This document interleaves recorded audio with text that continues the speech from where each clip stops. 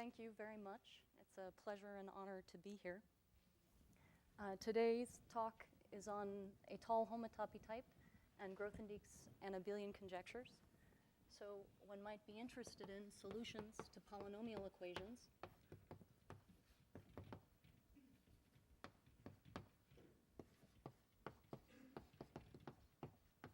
For instance, with q or z coefficients.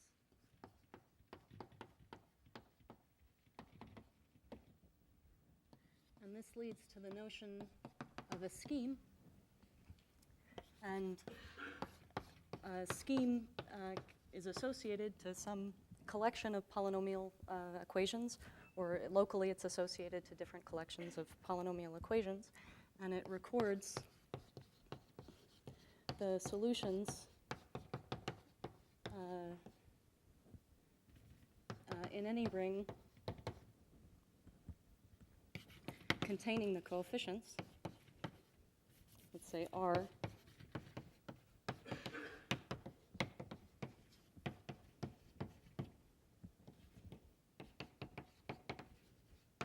and let's call these solutions x a bar. So the solutions in C get an analytic topology coming from the topology on C.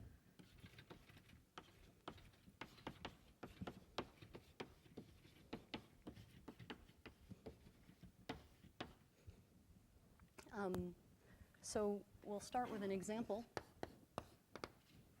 So consider the equation y squared is a polynomial in x of the form x minus r1, x minus r2, x minus r2n, where the symmetric the elementary symmetric polynomials, the coefficients of f, are in Q. So then we can draw the associated scheme.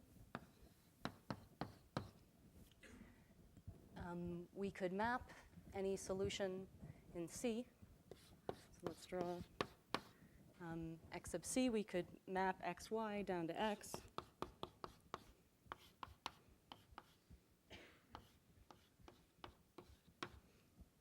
And above any point except R1, R2, all the way up to R2n, we'd have two corresponding points in x sub C.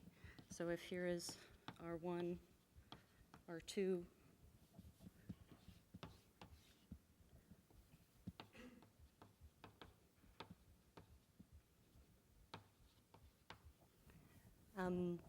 then at any point above, other than the Ri, we have two different points of x sub C. And furthermore, let's make these Ri distinct.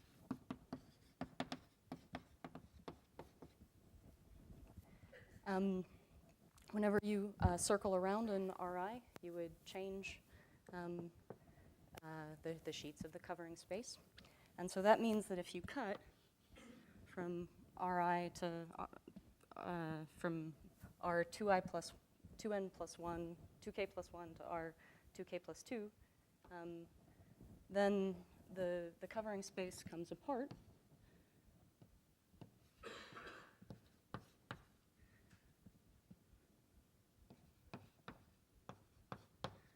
And so minus the intervals on C and their preimages in all of x sub C, what you have is two distinct copies of C with some slits removed. And how these are glued is we can cut along on these lines, and when we go around here, we change sheets. So that means that we glue, if we came here, we would glue that to the top one, and this to the bottom one, and it's the same for all of the other cuts.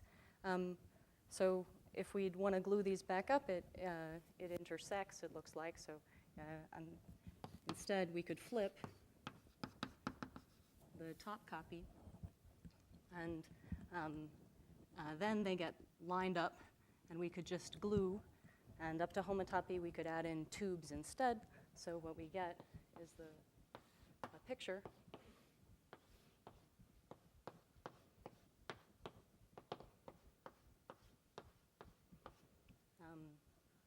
where the number of these cylinders that we've added in is n. So what we get is a genus n minus 1 curve surface missing 2 points to wrap up the sheets above and below.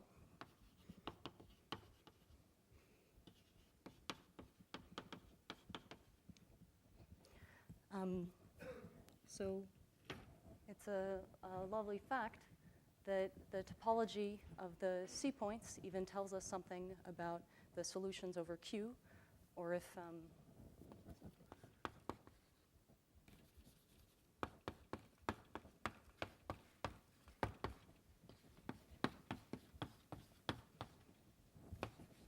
gives information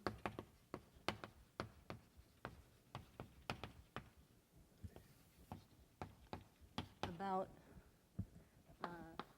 the solutions in rings that we might have other interest in. And if the polynomials are homogeneous, if the scheme is compact, so this could be equal to the xz points for x and a subset of projective space for homogeneous polynomials. And so we have the theorem of Faltings, which says that when the genus is greater than or equal to 2, the Q points are finite. So counting the number of the number of the genus gives information about the solutions over much more delicate fields. So we also have, on a much more immediate level, the fact that the R points are those C points, which when you act on their coordinates, each by complex conjugation, you get the same point. So these are the fixed points under the natural action of Galois C over R. And this leads, if we were interested in Q points or Z points, this leads to a want. So we would like to have an action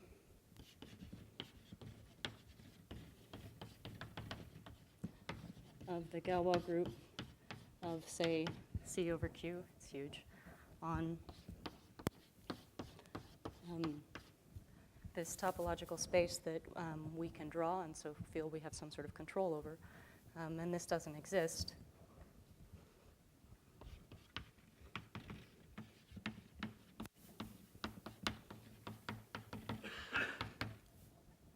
So we'll replace the C points by the étale homotopy type.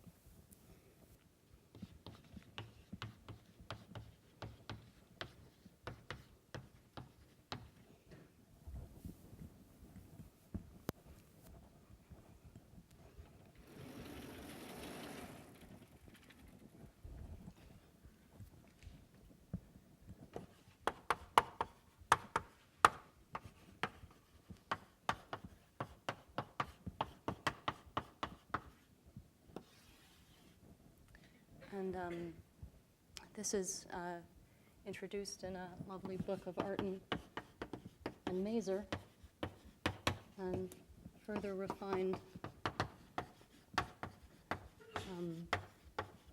by Friedlander. And the first thing we'll do is justify the analogy or the wish to replace the C points by the étale homotopy type. So for schemes over C, meaning schemes where all the coefficients are in C and where we're only considering rings which are extensions of C. So for schemes over C, the tall homotopy type of X is a profinite completion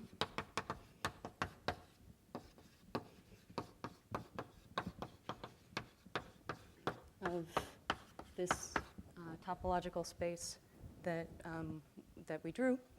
And so what is the profinite completion? So let's first get some notation for a category of spaces. So we'll let S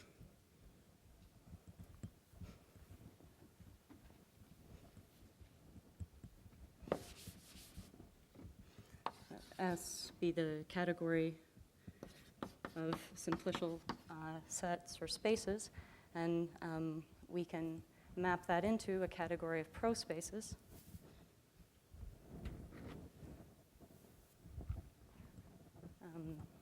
So pro S has objects, prospaces.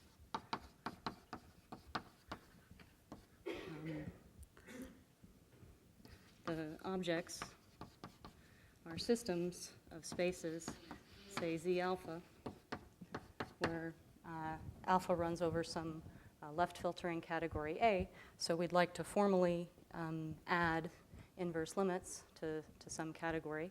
And there are a bunch of different ways to set up prospaces, but one way to think of them is just an inverse system.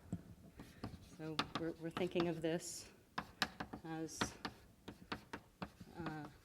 an inverse limit of various spaces that we chose. But when one does the work to set up the category, its objects look like systems of say, simplicial sets. So we're going to define profinite completion so that this analogy makes sense, or the statement that the étale homotopy type is a profinite completion gets a definition. So let's let C be the class of finite groups, and we'll let CS be the class of spaces such that the homotopy groups are in C.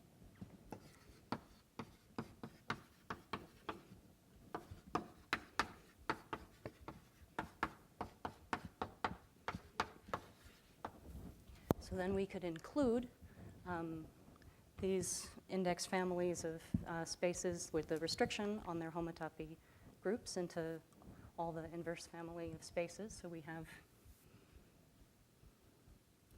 an inclusion. And what the profinite completion is the left adjoint to that inclusion. So the inclusion pro CS into pro S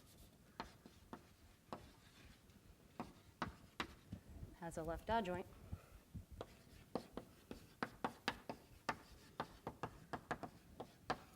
Profinite completion.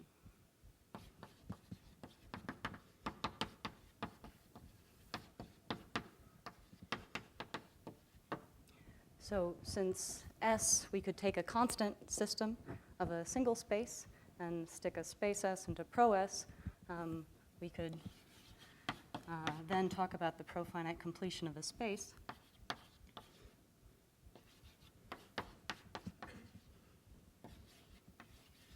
And in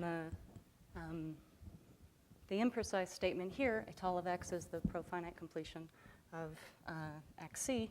It's this that's getting called the profinite completion. And to write correct things down, let's actually give the hypotheses under which it's true that the étale homotopy type is the profinite completion of the C points. So And there's some books out. So the reference in the books that are out, for instance, in Art and Mazer.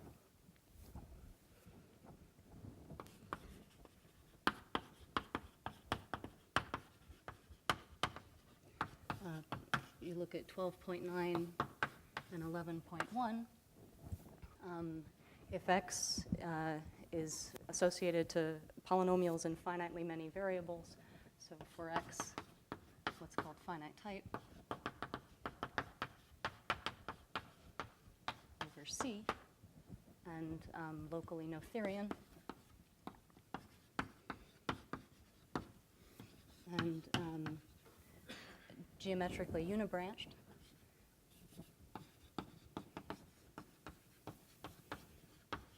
then there's a canonical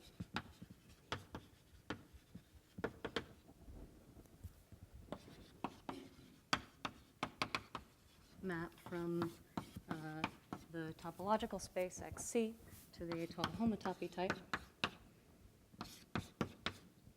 and it's the profinite completion.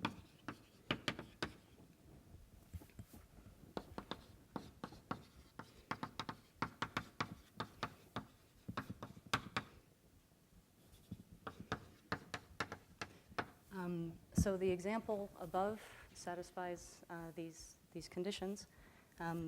And note that if you take a genus n-1 surface and punch 2 holes in it, the result is a k pi 1. So as an example, the profinite completion of a k pi 1, let's say kg1. So let's let the hat denote profinite completion. Then what this is it's still a kg1 for g hat, where g hat is the profinite completion of the group, i.e. it's an initial map. Is the initial map from G to an inverse limit of finite groups.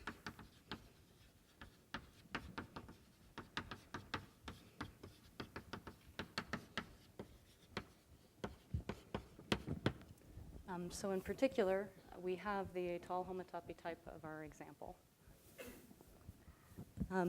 So we've written down a property of étale homotopy type,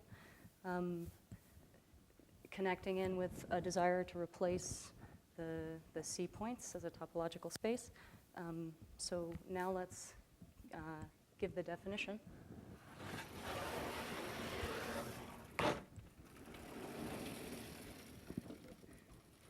We'll do a construction motivating the definition first.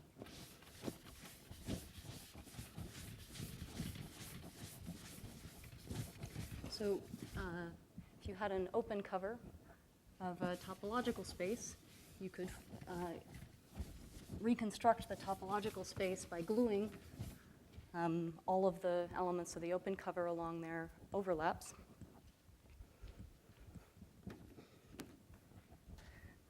So here's a construction motivating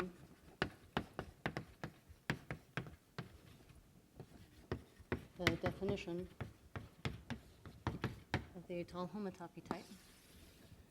So let's take X, a topological space, and U, an open cover. So what we get, an open cover consists of a lot of sets.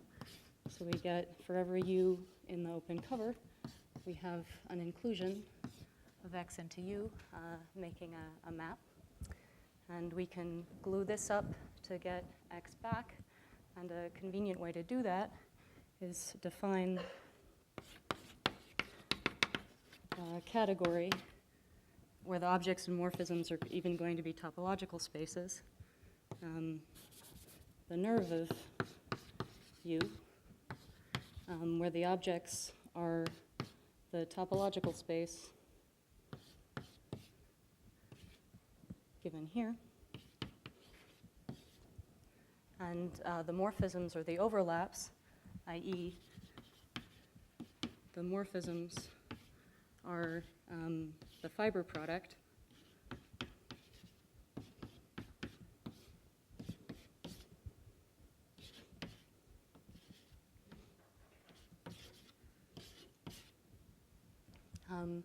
and then actually let's just call this the category. We define a category and then let's define its nerve to be a simplicial space.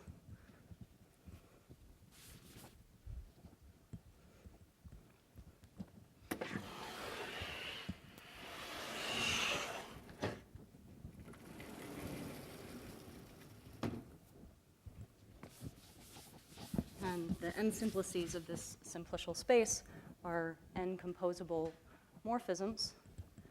And what that gives is the fiber product of that disjoint union over X n times. So we get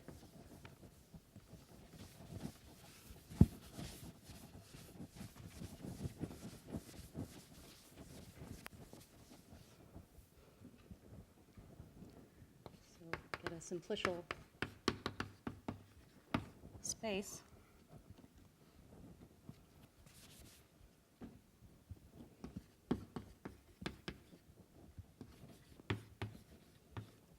whose n simplices are the n-fold fiber product over X. So the first X is fiber product, the second X is really X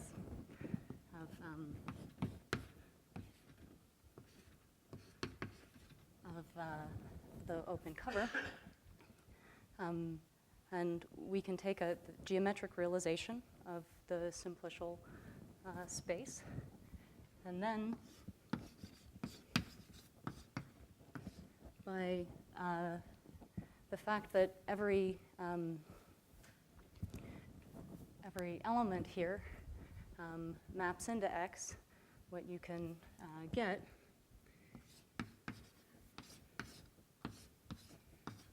is a map to X, which is a weak equivalence as long as X has a partition of unity, which can cook up a map from X back to the simplicial space by letting the partition of unity tell you where you are inside an n simplex. So if you were a point of X and some finite collection of your cover and their finite issues, you could send it to a corresponding point of an n simplex, and we'd have a weak equivalence between this glued up version of X and X. But we can also map any topological space to its pi naught. And so we likewise have a map from the geometric realization of this nerve of U to the simplicial set we get by applying pi naught to all of the n simplices. And this is an equivalence provided that the spaces here are equivalent to sets, are equivalent to their pi naught. So this is an equivalence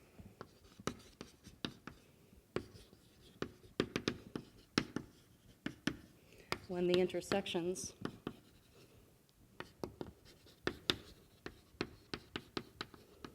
are themselves equivalent to a disjoint union over their pi naught over some set of a point. So in total, we have a way of looking at X as pi naught of the nerve of U, or as its geometric realization. So armed with that, actually, let's draw a picture. So let's let X equal the circle, and let's let U be the open cover.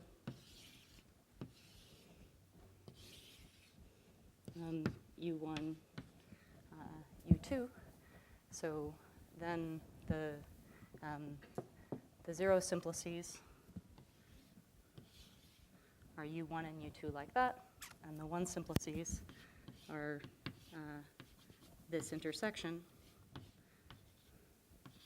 So what we get is here's the geometric realization of that open cover. So it is equivalent to the circle.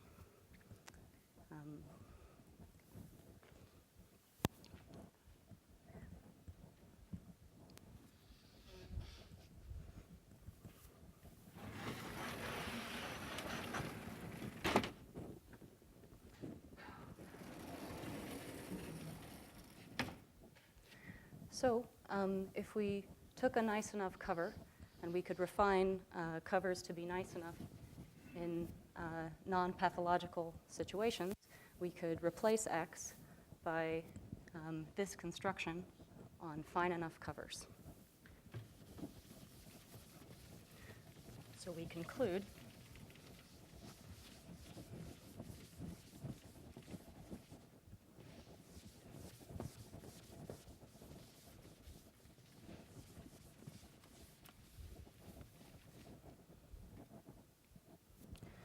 that X is equivalent to pi naught of the nerve of U for nice enough U. And so then if by replacing U by appropriate refinements satisfying the condition that the overlaps are disjoint unions of contractible sets, we could say that X was the same as the pro space over all sufficiently fine covers. So we're going to replace X by the pro space of pi naught of the nerve of the covers, where U goes over all covers. And we make the category of all covers into a nice left filtering category, so that this here is in pro S. For convenience, let's just identify a simplicial set with its geometric realization. So we're looking at X as a system over all covers of pi naught of the nerves, and this is the way we'll associate a topological space to a scheme.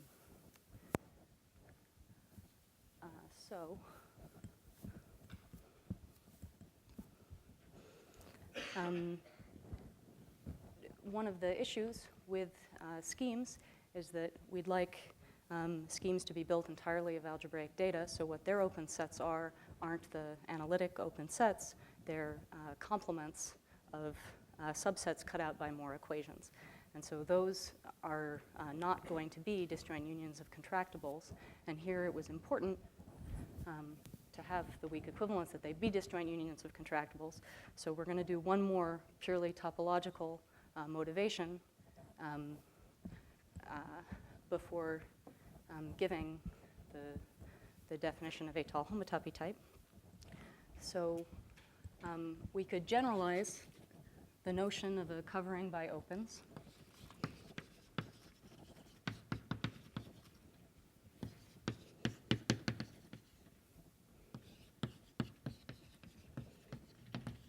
To that of a Grothendieck topology.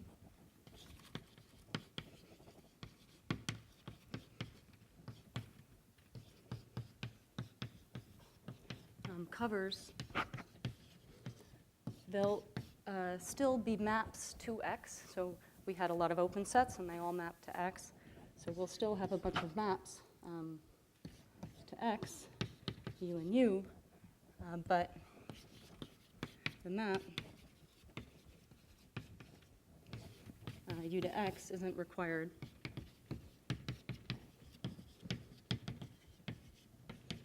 to be the inclusion of an open set.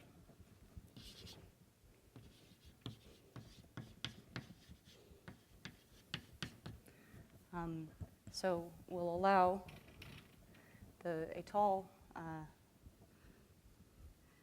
this leads to an étale topology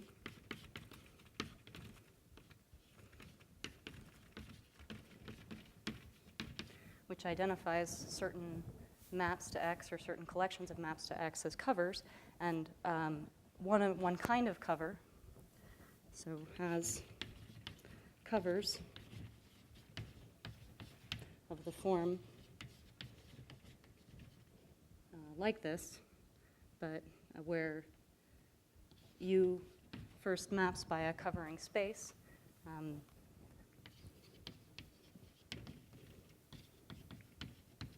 To some V, and then V is an open subset of X.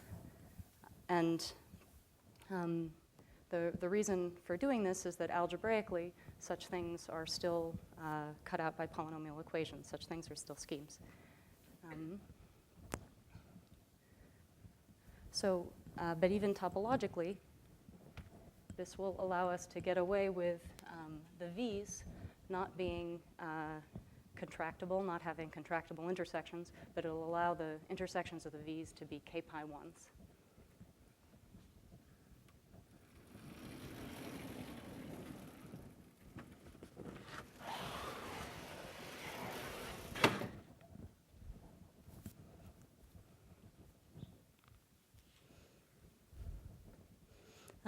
And actually, let's do an example with just the universal cover. So if we took X, a kg1,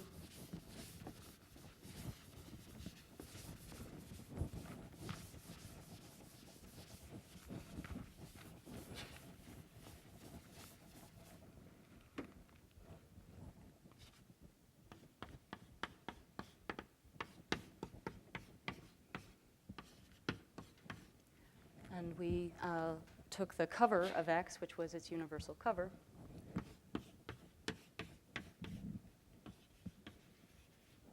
then the associated nerve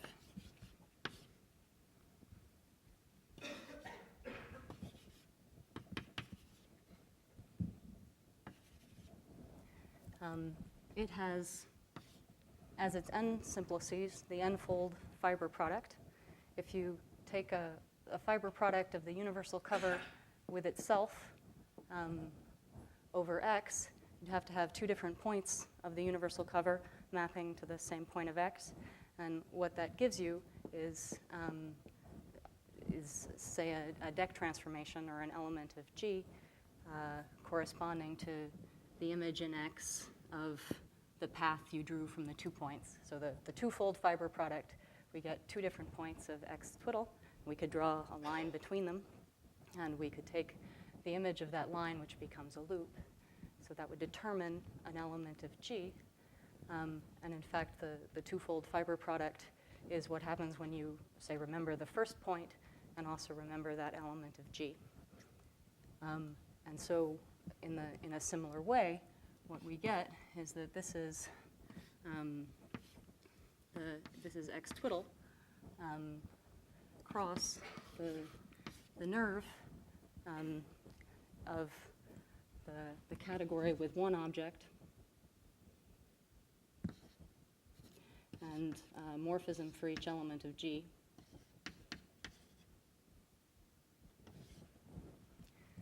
So let's call it the nerve of G.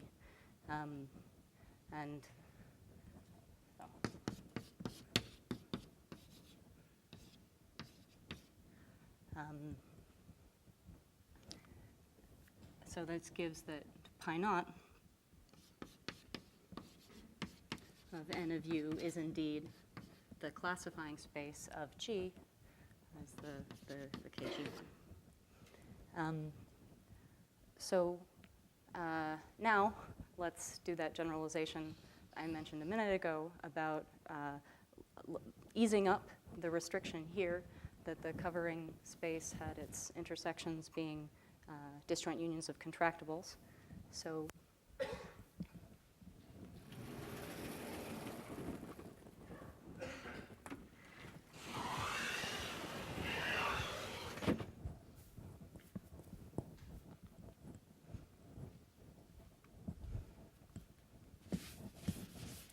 more generally, if we had an open cover such that all of its intersections were k pi 1s, and then we took their universal covers. Then when we took pi naught of the nerve of that cover, we'd get our back the original space.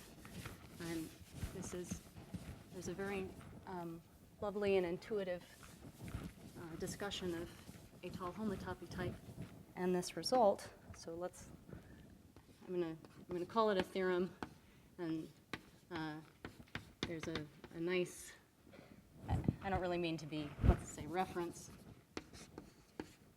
of Sullivan, the MIT K book, and so more generally, let me give the full reference. I don't have it, but so there's a book by Sullivan called something like Geometric Topology in an MIT book series. So more generally, let some V be a covering by open sets, a traditional covering.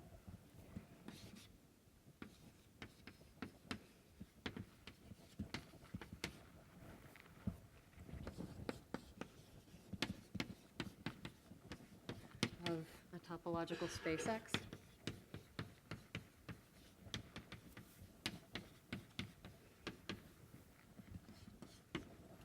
Such that all intersections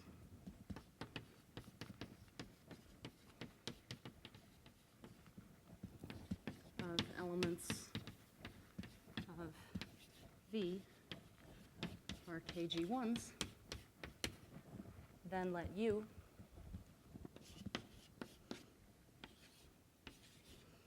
be the collection of, we take the universal cover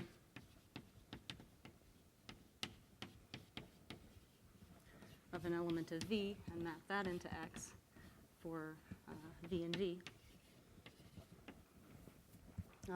So then, if we take the nerve of this covering and take pi naught, we get something that's, again, equivalent to X. And here's a pretty way to view the Hopf map, also from Sullivan. So if we take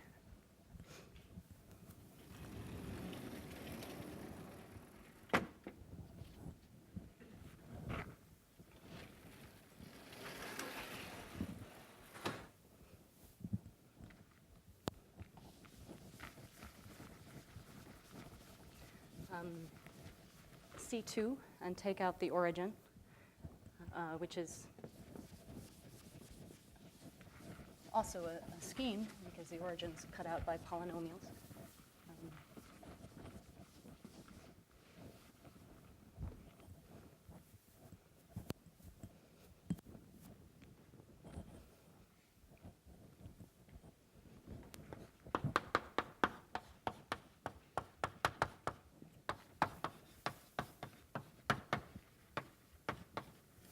So let's let X first equal to C2 minus the origin. This is S3, or equivalent to S3. We could cover X minus the origin with all the ordered pairs such that the first coordinate wasn't 0. Take U1 and is the, let's take V1.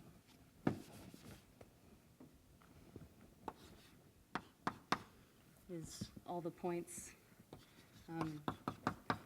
xy such that x is not equal to 0. And that's equivalent to S1 because, thanks, because we can let y be anything because we know x1 is not 0. So this is c minus the origin cross c. So this is equivalent to S1. And V2 is the same thing, but with y not equal to 0.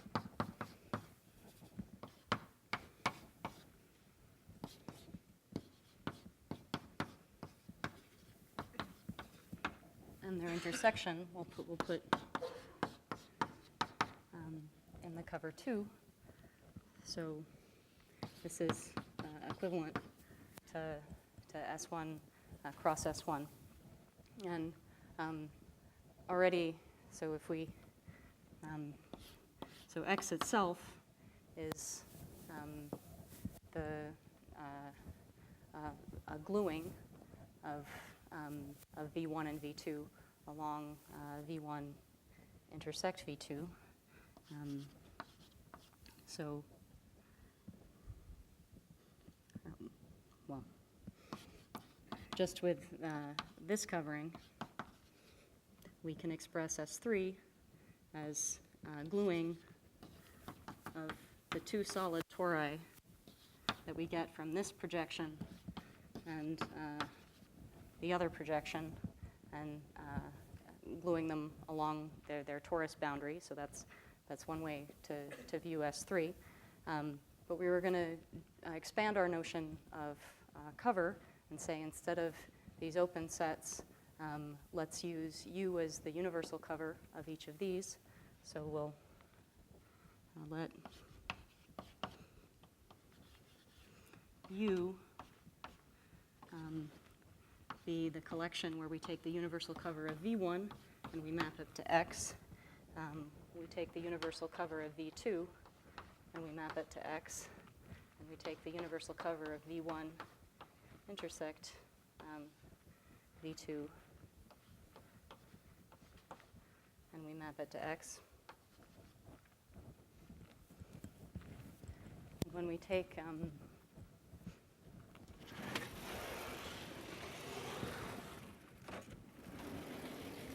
the pi naught of the nerve of that cover, what we wind up with is a colimit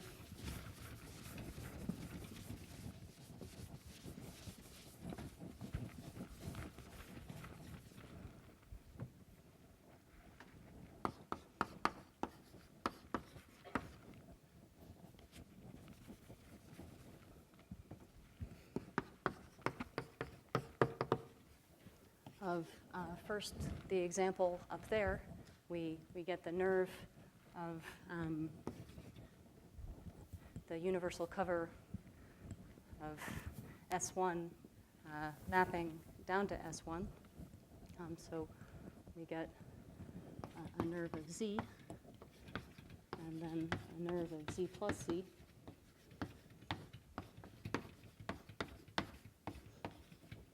And another nerve of Z with the two projections. And so this is S3. A similar story is that S1 being or S2 is the suspension of S1. So it's the homotopy colimit of the diagram where we take the nerve of Z and we map to a point here. And the example is that the Hopf map is induced from the diagrams. The map of diagrams, which sends n plus n here to m minus n.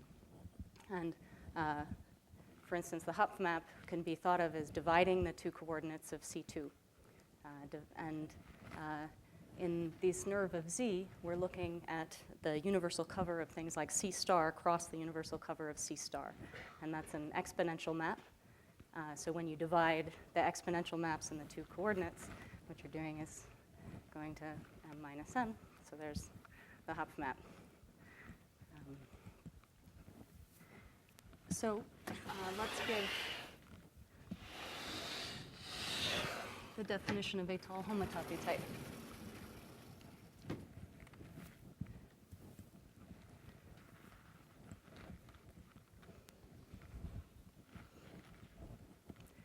So inside schemes, we have the Zariski topology, which has the open sets only being defined by algebraic equations, by the complements of other zeros of polynomials.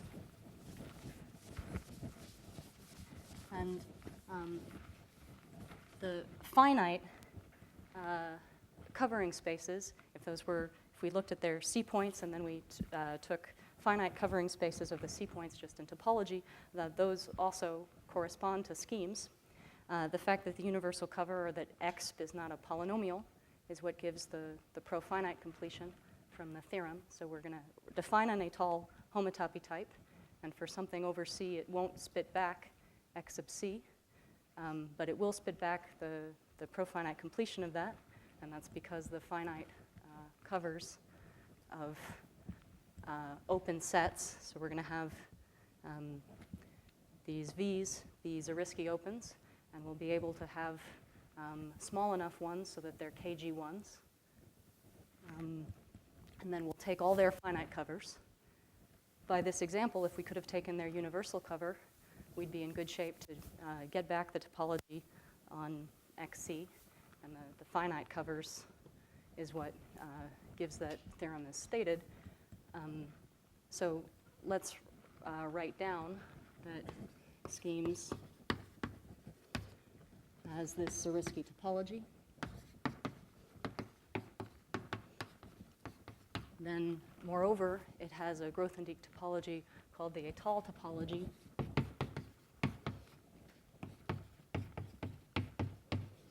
And this one including the finite covering spaces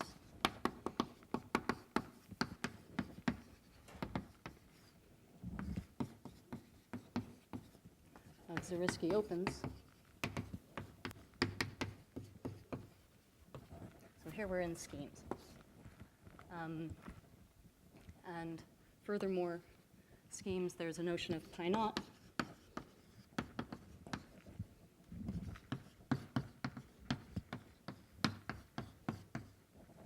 And thus, for any cover, so for U, an étale cover of X, we still have this nerve of U, which is now a simplicial scheme, and whose n simplices are still the n-fold fiber product over X of the cover. And we can still take pi naught of that. In other words, our previous construction goes through. And the étale, so definition, the étale homotopy type of any scheme is the pro object, or the pro space, the pro simplicial set, indexed by the étale covers U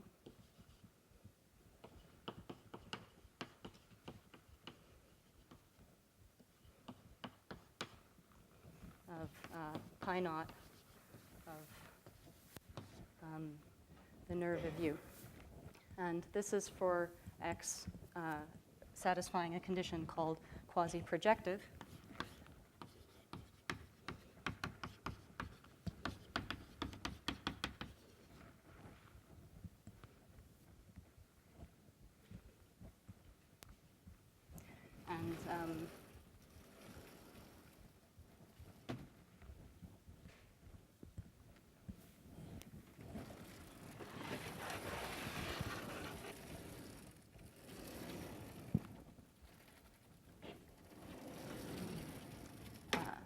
In general, it's better to replace these nerves of U's by hypercovers.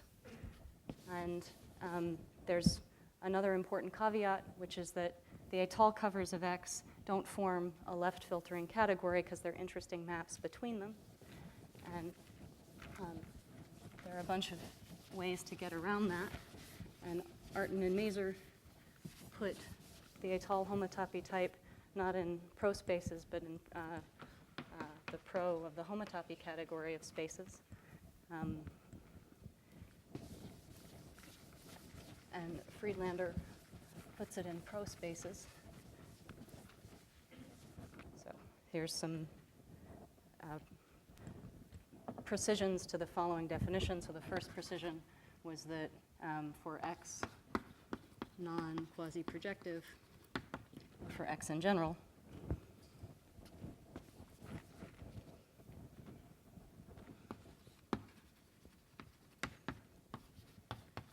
these are replaced by hypercovers.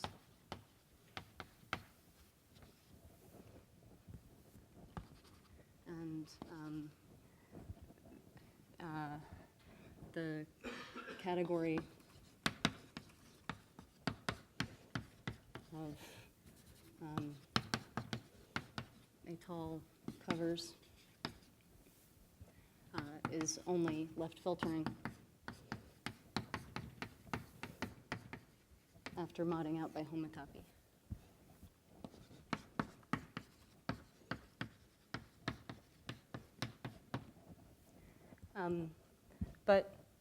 So we have a definition. We have a way of associating a pro space. So we'll think of this as a topological space to a scheme X. And furthermore, for schemes viewed over C, this is the profinite completion of the analytic topology of the C points. So we're going to use this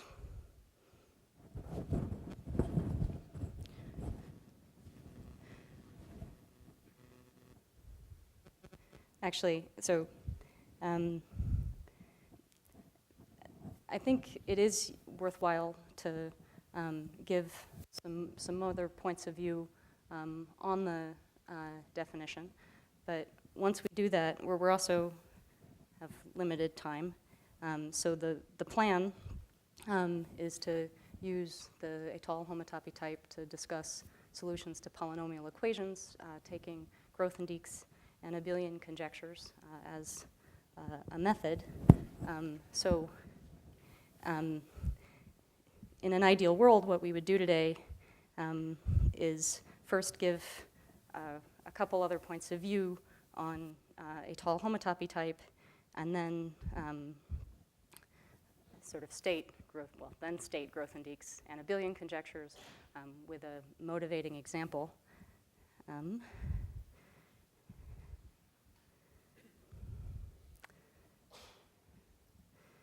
So there's some sacrifices that have to be made, right? Well, since we have tomorrow, actually, let's just continue to go through, and today will only be about étale homotopy type, and the first thing we'll do tomorrow is state the anabelian conjectures, and then connect that up with A1 algebraic topology.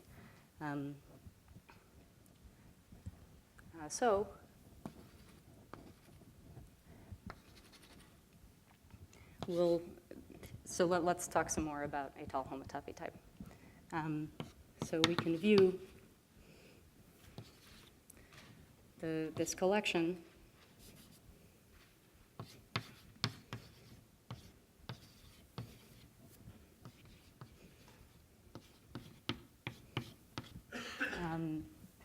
as a replacement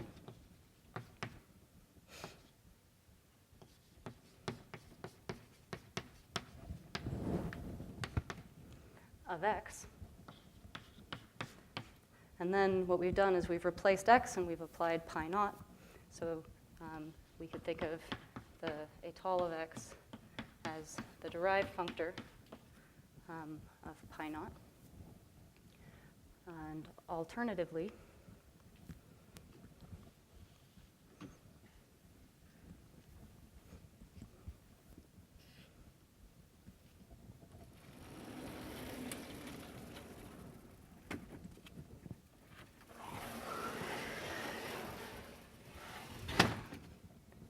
we have sheaves on the étale site of X, and we can take their global sections.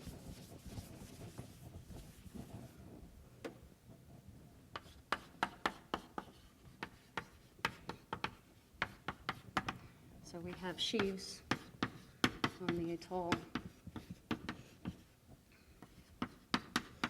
site of X, and we have global sections into, let's say, simplicial sets. And we also have the constant sheaf,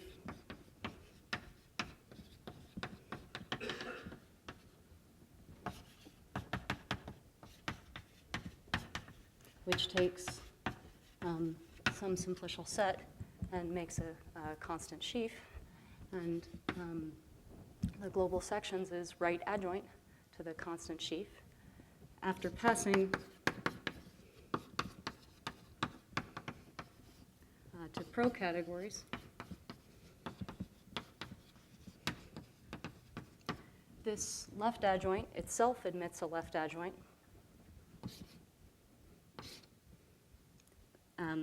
And it's fair to call that left adjoint pi naught.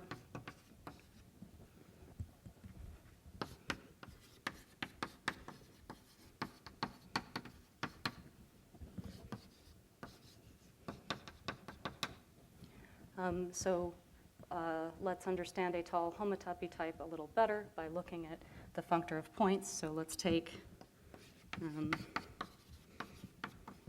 arbitrary pro space.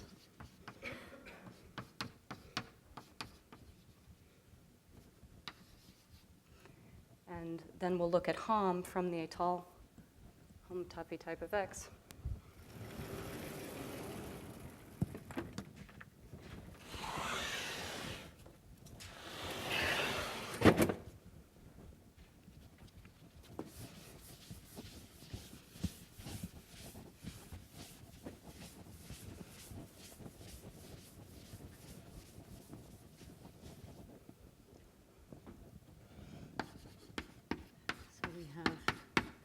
Atoll homotopy type of X to this pro space.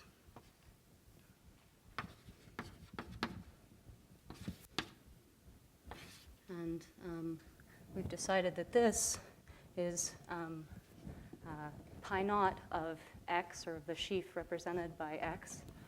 So this is left pi naught of X. Since this is left adjoint to global sections, we could say that this was maps from, this is the sheaf represented by X to the constant sheaf on these spaces, which is then, in turn, we'll move this in and then use a definition of morphisms in pro spaces that makes this equal to the morphisms from X to the constant sheaf Z alpha. But that's the global sections. So what this is equal to is this system of the global sections of Z alpha, and this is the shape. So in Lurie's higher topos theory,